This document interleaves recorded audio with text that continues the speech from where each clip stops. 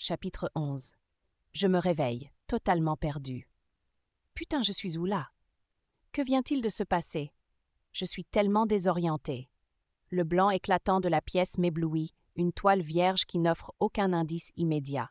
Mon esprit est embrumé, luttant pour rassembler les fragments de mémoire qui semblent juste hors de portée. Je bats des paupières, m'efforçant de concentrer mon regard sur l'environnement qui m'entoure.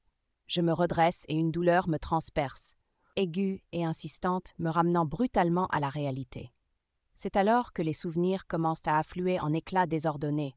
Le test, l'embuscade, le craquement de vertèbres et le corps gisant au sol.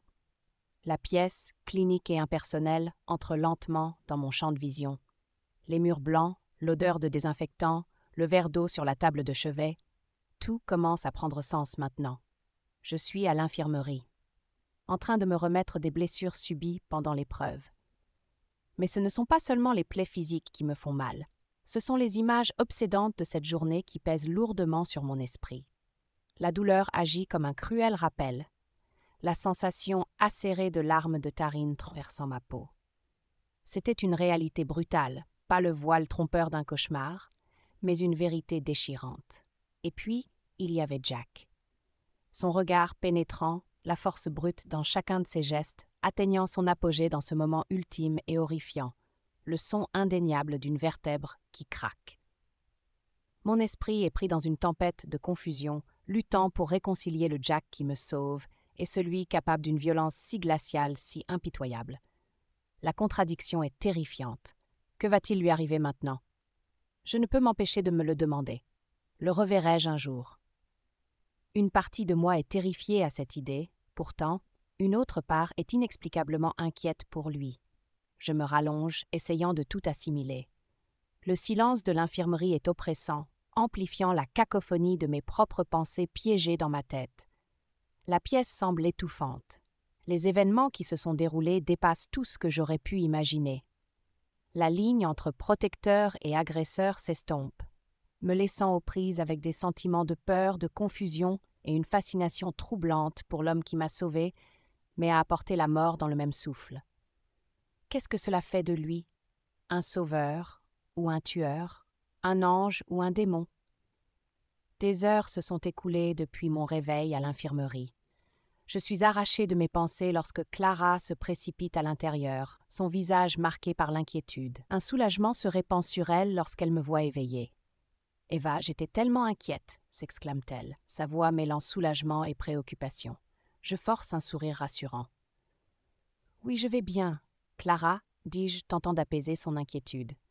Alors qu'elle est assise à côté de moi, Clara partage le dernier développement. Le commandant Ask a été informé par Vega et Miles de ce qui s'est passé. Il a disqualifié le test. Il dit que l'épreuve s'écartait trop de ses paramètres initiaux. Il ne comptera pour aucun d'entre nous. Elle rit. Écarter des paramètres initiaux? Quelle bonne blague! Je hoche la tête, ressentant un soulagement que cette épreuve n'influencera pas notre position. Mais mes pensées se tournent rapidement vers Jack. Et Jack? Je lui demande avec hésitation, craignant la réponse. Elle hésite avant de continuer. Il y a des rumeurs concernant les conséquences pour Jack. Rien de clair. Après ce qui s'est passé avec Tarine. Sa voix s'éteint, incertaine. Après un moment, Clara prend une profonde inspiration, l'inquiétude sur son visage alors qu'elle choisit ses mots avec soin. Je ne le connais pas très bien, mais j'imagine qu'il doit être complètement dévasté. Il doit se sentir vraiment mal, murmure-t-elle. La pièce semble se refermer autour de moi, tandis que les mots de Clara s'imprègnent en moi.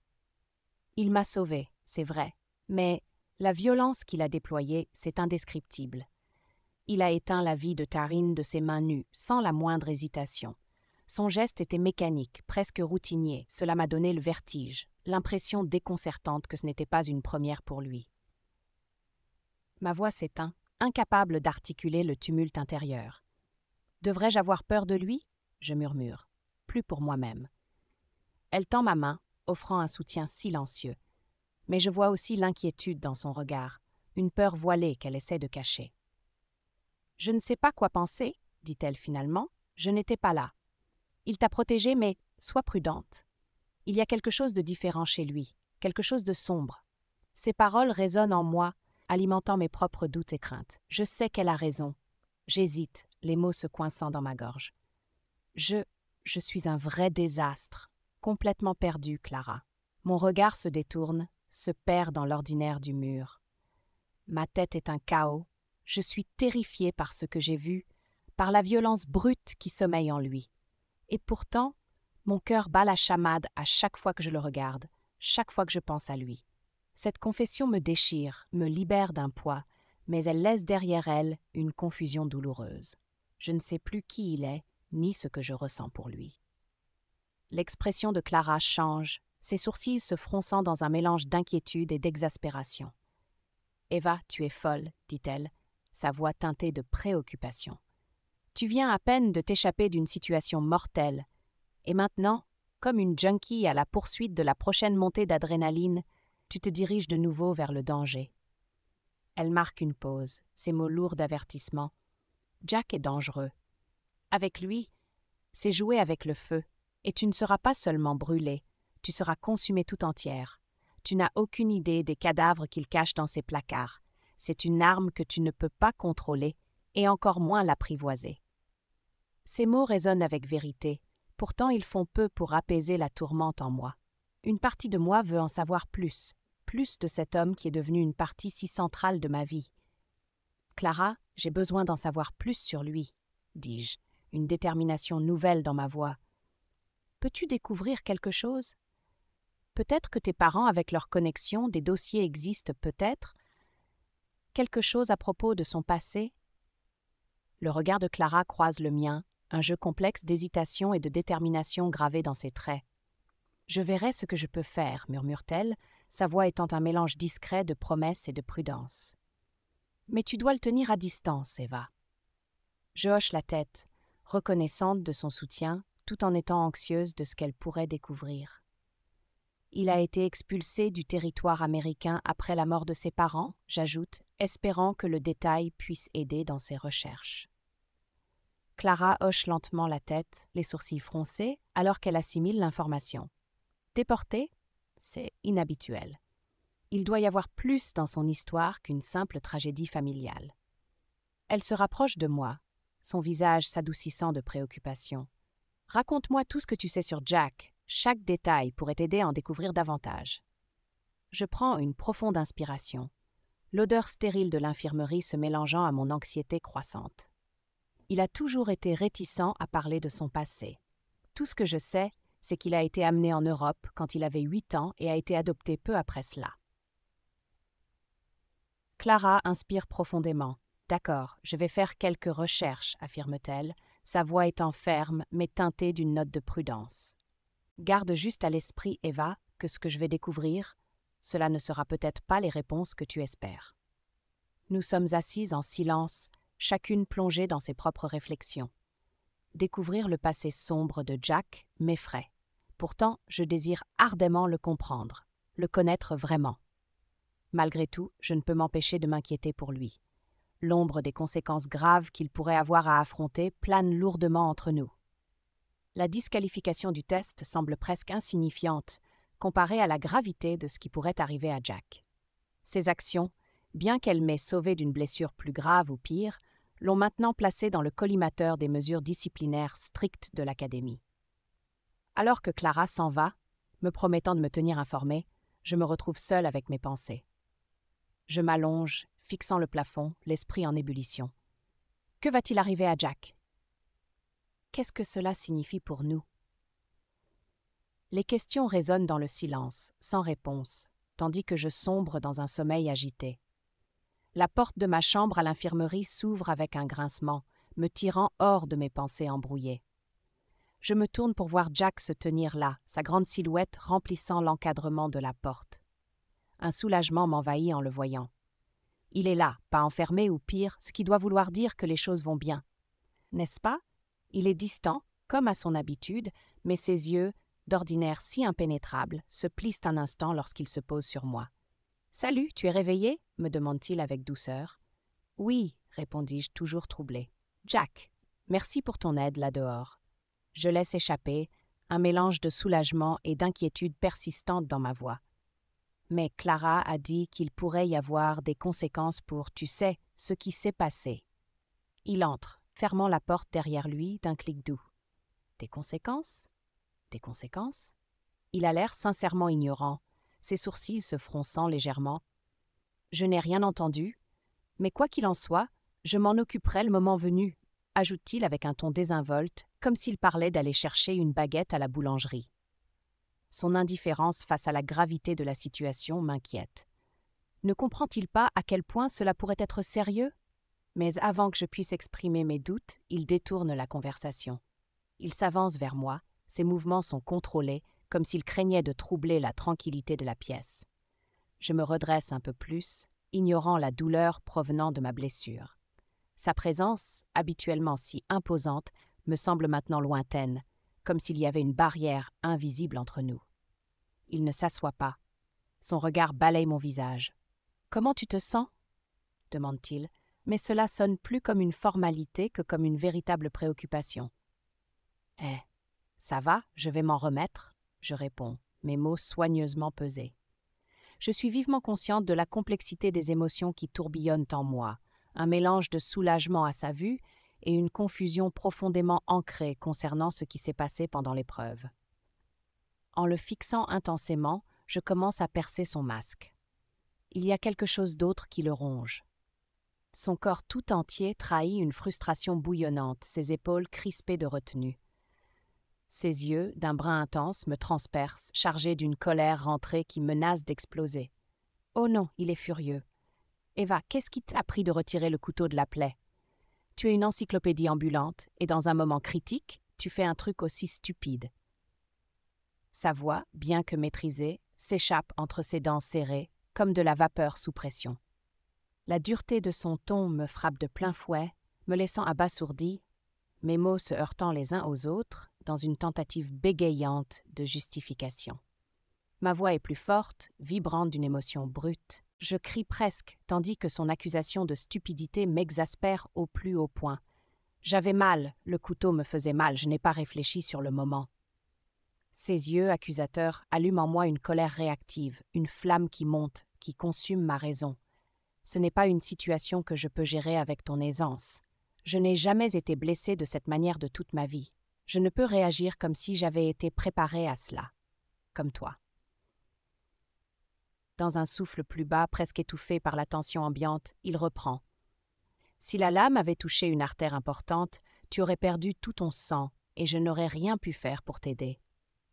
Tu dois toujours réfléchir à tes actes, Eva, ne pas agir par impulsion.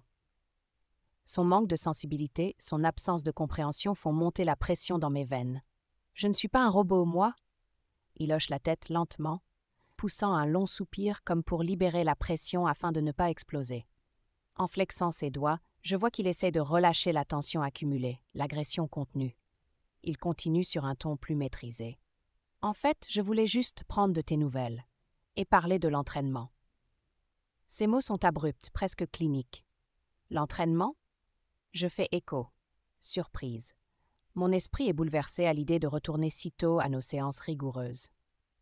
Le souvenir du test, de la douleur et de la peur est encore trop vif. Oui, nous devons commencer un entraînement plus intense, dès lundi, déclare Jack, sa voix dénuée de toute émotion. Il parle de l'entraînement comme si rien ne s'était passé, comme si la mort de Taryn n'était qu'un autre test à surmonter. Les prochains mots de Jack touchent une corde sensible résonnant avec une dure réalité. Nous devons nous entraîner plus dur, affirme-t-il, sa voix ferme, pour que tu ne sois pas si impuissante dans des situations comme celle-là. Son aveu franc de ma faiblesse est une pilule amère à avaler, cette admission de ma vulnérabilité.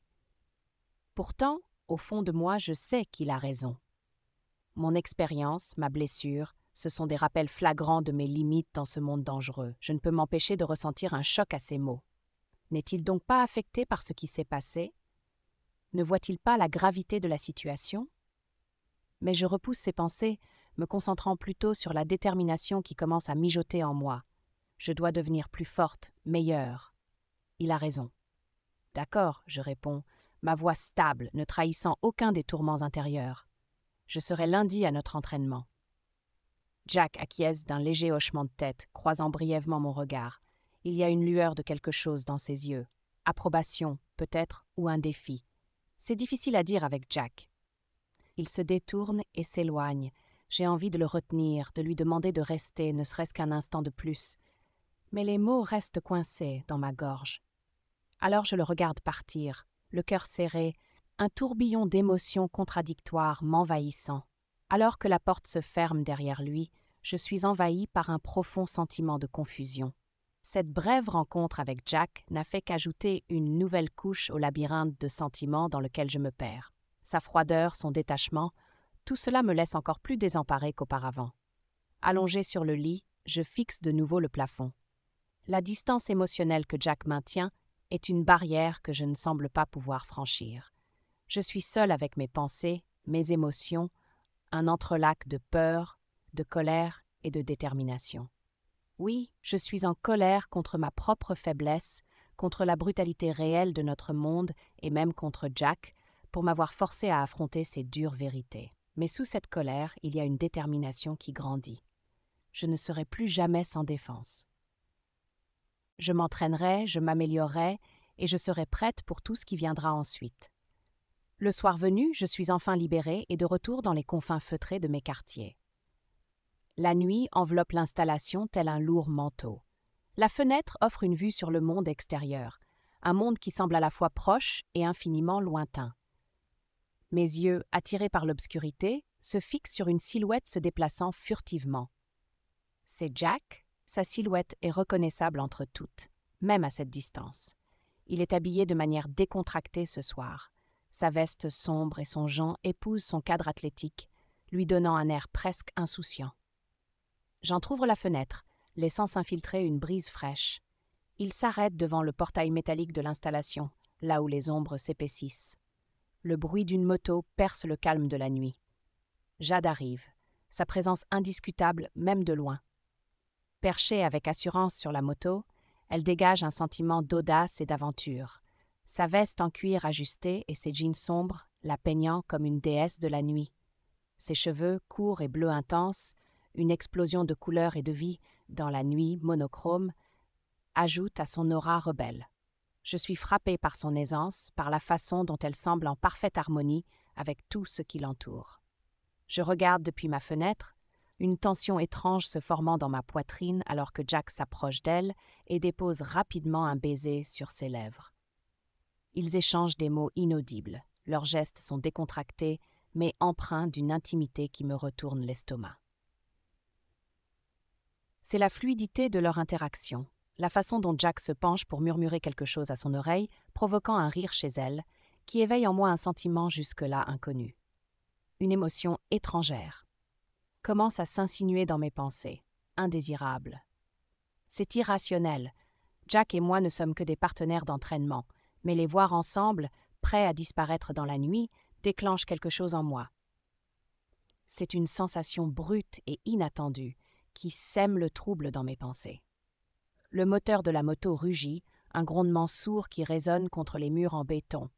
Il s'éloigne à toute vitesse, le son s'estompant dans le lointain, me laissant avec un tourbillon d'émotions déchirantes. L'air frais m'agresse la peau avec une cruauté inédite, comme un coup de fouet. Je reste immobile, me sentant à la fois spectatrice et intruse dans un monde où Jack est chez lui. Des questions tourbillonnent dans mon esprit sur leur destination, la nature de leurs liens, sur les mystères que Jack pourrait dissimuler dans les périphéries cachées de la ville.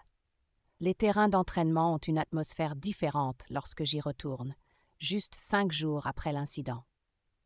Mes blessures me rappellent constamment l'attaque, une douleur sourde qui pulse avec chacun de mes mouvements. J'essaie de me concentrer, mais mon esprit est un tourbillon d'émotions, toutes centrées autour de Jack et du chaos des événements récents. Au cours de la session de la journée avec le sergent Knox et le lieutenant Vega, je me trouve chancelante, mes mouvements une demi-mesure plus lents, mes réponses teintées d'hésitation. Le regard aiguisé de Vega se pose sur moi à plusieurs reprises, son expression un mélange de préoccupation et de calcul. Peut-être est-il trop tôt pour que tu sois de retour. Commente-t-elle, son ton plus interrogatif qu'affirmatif. Mais c'est l'entraînement du soir avec Jack qui met vraiment à l'épreuve ma détermination. La reprise de l'entraînement de Jack est impitoyable, me poussant au-delà de ce que je pensais être mes limites. Ses coups me parviennent avec plus de force qu'auparavant, chaque parade provoquant une décharge de douleur à travers mes bras déjà meurtris. Je serre les dents, tentant d'égaler son intensité, mais il est évident qu'il évolue sur un tout autre niveau ce soir. Sa voix est dure, presque froide, alors qu'il me pousse à riposter avec plus de puissance. « Allez, Eva, frappe plus fort » ordonne-t-il, ses yeux brûlants d'une détermination féroce. Mes muscles hurlent en protestation, l'agonie de mes blessures rythmant celui de mon cœur affolé. La sueur coule sur mon front, piquant mes yeux, mais je la chasse d'un clignement, refusant de montrer le moindre signe de faiblesse. Sa présence, si proche et exigeante, est à la fois un supplice et une force motrice. « Allez, Eva, frappe plus fort !» J'entends encore et encore. Je ne renoncerai pas, je me le rappelle à moi-même, un mantra silencieux qui alimente chacun de mes mouvements. Avec chaque coup de pied, chaque parade, chaque inspiration difficile, je repousse les ombres du doute et de la peur qui menacent de m'engloutir. La séance me laisse épuisée, vidée physiquement et émotionnellement. Mais sous la fatigue, il y a une lueur d'autre chose, une fierté obstinée. Alors que je m'effondre sur le tapis, haletante, Jack se tient au-dessus de moi. À cet instant, la distance entre nous semble plus qu'une simple distance physique. Le tumulte intérieur qui m'habite se reflète dans ses yeux, un orage d'émotions non exprimées. Est-ce ma peur qui transparaît, ou est-ce un manque de satisfaction, une soif de quelque chose de plus que je ne peux nommer? Il en veut plus. Il attend plus de moi, plus que ce que je suis capable de lui livrer. En contraste frappant avec l'inquiétude de Clara et du lieutenant Vega pour mon bien-être, l'approche d'entraînement de Jack est impitoyable.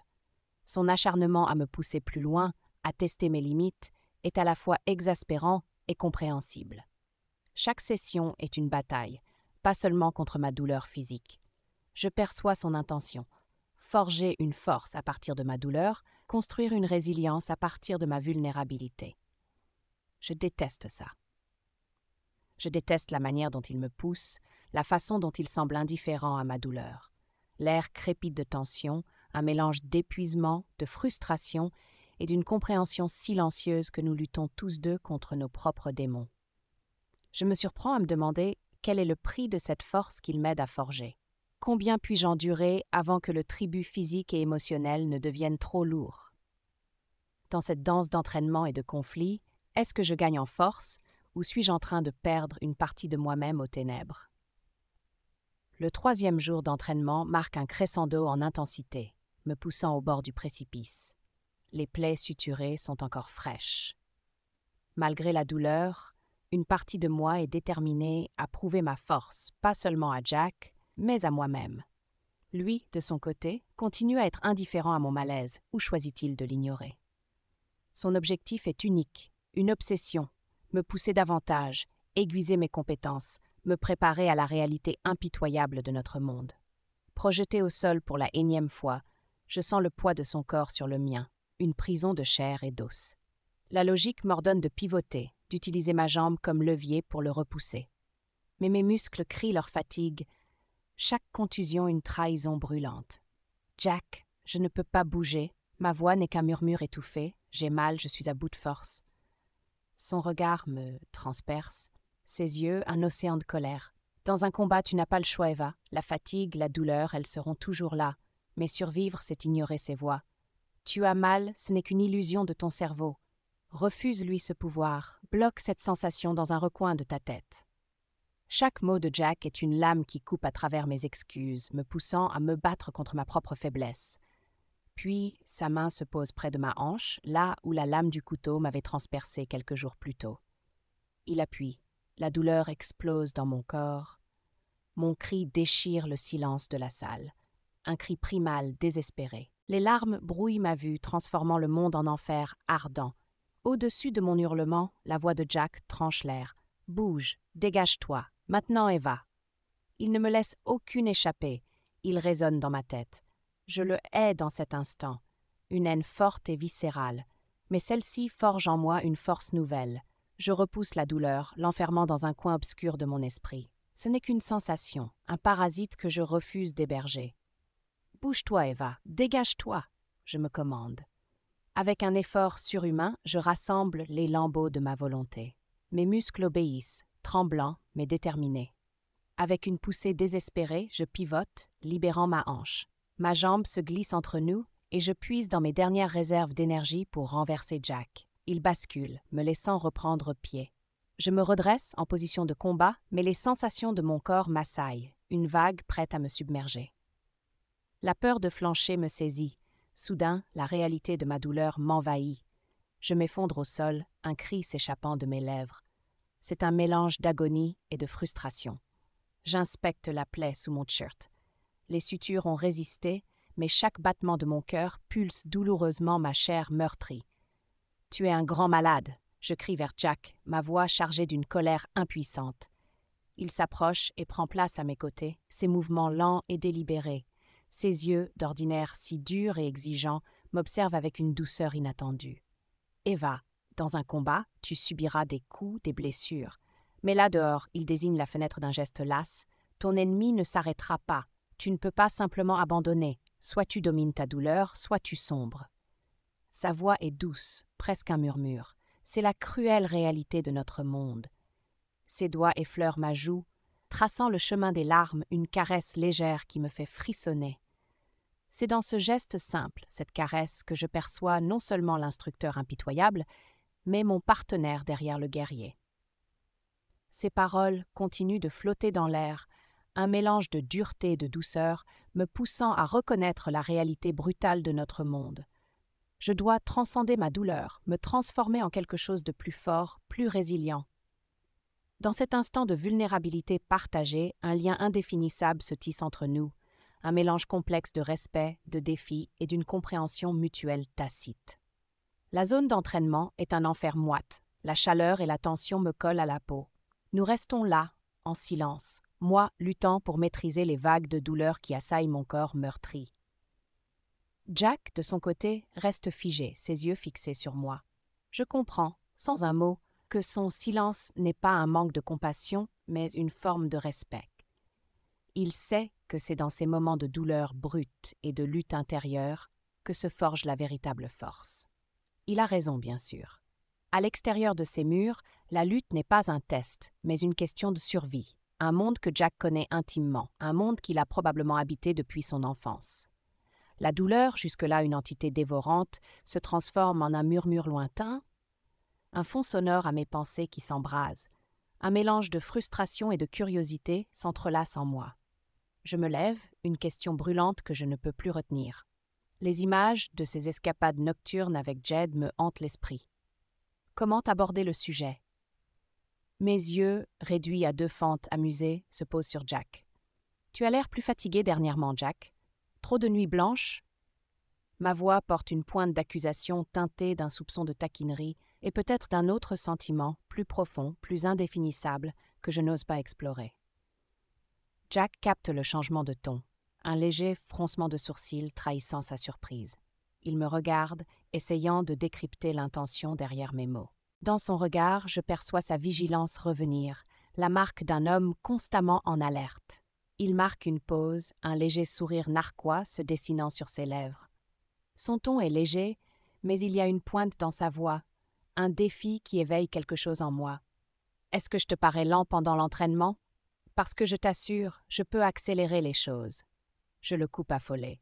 « Non, ce n'est pas une question d'entraînement. » Puis les mots se précipitant hors de ma bouche avant que je puisse les retenir. « Je t'ai vu avec Jade, partant la nuit. Tu retournes à ces combats, n'est-ce pas? » J'essaie de garder ma voix stable. Son sourire s'élargit, une lueur de malice dans les yeux. « Est-ce que ce que je fais avec Jade te dérange, Eva? Ou veux-tu simplement te joindre à nous? Nous pouvons certainement t'accommoder. » Ces mots sont une provocation, envoyant mes pensées dans un tourbillon de chaos. Pour un instant, je reste sans voix, mes pensées un mélange de choc et d'incrédulité. Mon cœur bat un peu plus vite, résonnant dans mes oreilles, une réponse involontaire à la proposition de Jack, au défi implicite dans ses mots. L'air semble plus épais, alourdi par l'odeur de la sueur et la trace légère de son odeur, un mélange d'agrumes et de quelque chose de plus sombre. J'hésite, ma réplique s'éteignant dans ma gorge. Ce n'est pas ça. Ma voix s'affaiblit, mon esprit un tourbillon d'émotions contradictoires ou de désirs. Mon Dieu, je suis tellement perdue. Cette pensée même me trouble, révélant un désir auquel je ne suis pas prête à faire face. Le rire de Jack brise la tension, un son qui résonne profondément en moi, suscitant une réaction qui me déconcerte encore plus.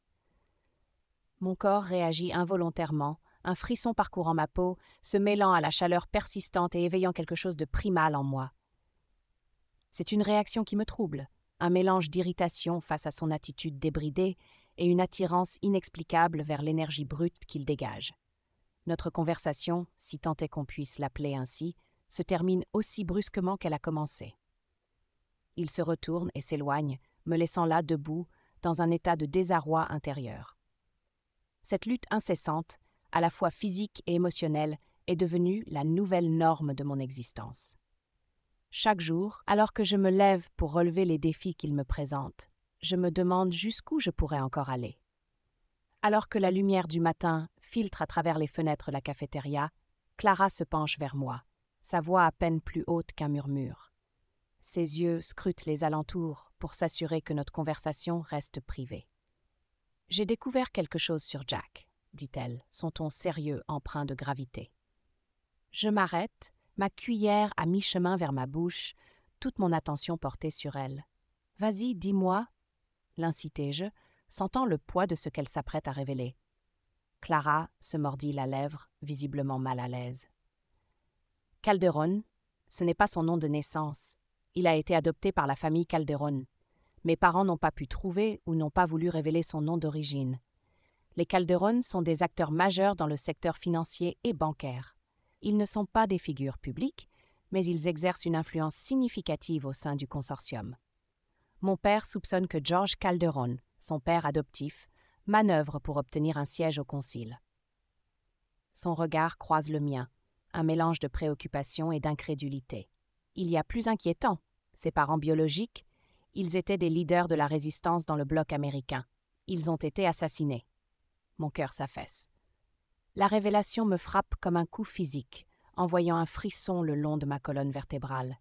Les parents de Jack, leader d'un mouvement de résistance, assassinés, les implications sont énormes, dessinant le portrait d'une vie imprégnée de rébellion et de conflits. Tout commence à devenir clair, les compétences, le secret, son cynisme profondément ancré. Clara continue, sa voix devenant encore plus basse. On ne sait pas grand-chose à leur sujet, les informations traversent rarement les blocs. Mais leur maison, elle a été détruite dans une explosion. Ils ont dit que c'était une fuite de gaz, mais bon. Elle laisse sa phrase en suspens. Plus Clara se confie, plus l'intrigue s'épaissit.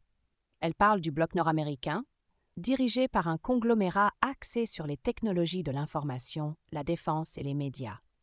Un monde où le pouvoir des entreprises s'entremêle avec le contrôle gouvernemental, le tout sous le prétexte du mandat du Consortium pour la stabilité mondiale. Je suis bouleversée, la cuillère oubliée dans ma main. Ce morceau du passé de Jack, caché au monde, change tout. Cela explique tant de choses et soulève encore plus de questions. L'esprit rebelle de ses parents biologiques, leader de la résistance, vit-il en lui? Jack est-il impliqué dans la résistance aussi? Est-ce cela qui le motive, qui façonne chacune de ses actions? Ou bien sa famille adoptive, ancrée dans ses propres agendas secrets, l'a-t-elle façonné en un outil pour leur manœuvre politique? Il y a la possibilité troublante que Jack puisse opérer comme espion au sein de l'underground, recueillant des informations sensibles. Sa famille adoptive pourrait utiliser ces informations pour exercer une influence sur le concile. Les informations obtenues par Clara, grâce aux relations de ses parents, dépeignent un tableau vivant d'un monde bien plus complexe et ombrageux que celui enseigné dans nos cours. Les parents biologiques de Jack, leader de la résistance, mon esprit s'emballe, tentant de donner un sens à tout cela. Si Jack est lié à la résistance, la police ne le saurait-elle pas? Cela défie la logique. Les vérifications d'antécédents rigoureuses de l'Académie de police, les yeux et les oreilles du consortium partout. Comment quelqu'un avec un tel passé pourrait-il passer entre les mailles du filet? Je remue mon café distraitement, perdu dans mes pensées. L'idée que Jack puisse être lié à la résistance, tout en se formant pour la police, ressemble à un puzzle dont les pièces ne s'emboîtent pas. Ses compétences, son savoir, d'où viennent-ils? Et ces disparitions nocturnes, sont-elles simplement quelques escapades avec Jade ou quelque chose de plus? C'est clair maintenant. Je ne peux plus continuer à le regarder dans les yeux sans aborder ce sujet. Je me lève, mes jambes tremblantes. Mon cœur bat à un rythme rapide, faisant écho à mes pensées qui s'affolent. Comment va-t-il réagir? Va-t-il se confier à moi ou se réfugier derrière sa façade? L'idée de confronter Jack à propos de son passé, de ses parents et de leur lien avec la résistance, c'est intimidant. Je ne peux pas échapper à la peur de sa réaction. Vous aimez l'histoire? Aidez ce livre à trouver sa place dans le vaste monde de la littérature. Partagez vos impressions et laissez un avis sur Goodreads. Votre soutien est inestimable. Lien dans la description de la vidéo. Pour le prix d'un café, offrez-vous le livre audio complet et soutenez mon travail. Le lien vers le livre audio sur Kobo est dans la description de cette vidéo. Un grand merci du fond du cœur.